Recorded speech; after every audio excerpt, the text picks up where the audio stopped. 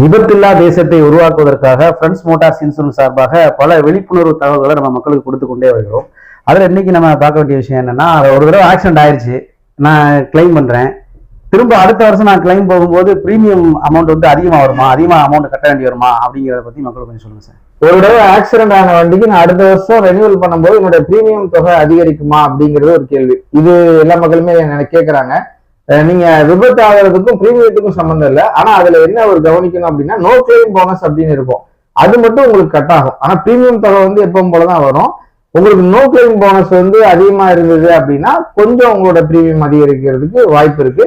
அதனால பெரிய அளவுல பிரீமியம் வேறுபடாது. அந்த நோ கிளைம் போனஸ் நமக்கு கிடைக்க வேண்டிய அந்த போனஸ் தொகை மட்டும் நமக்கு கிடைக்காம போறதுக்கான வாய்ப்பு இருக்கு. தொடர்ச்சியான தகவல்களை அறிய ஃப்ரெண்ட்ஸ் மோட்டார்ஸ் யூடியூப் சேனலை சப்ஸ்கிரைப் பண்ணுங்க. கமெண்ட்ல முழுமையான தகவல் அறியணும்னாக்கா உங்களுடைய வாட்ஸ்அப் நம்பரை வந்து பதிவிடுங்க. அதுல உங்களுடைய முழு பிடிஎஃபையும் இதுக்கு உண்டான தகவலை நம்ம கொடுத்துருவோம். உங்கள் வாகனம் எங்கள் பாதுகாப்பு. மற்றொரு பதிவில் மீண்டும் சந்திப்போம். நன்றி.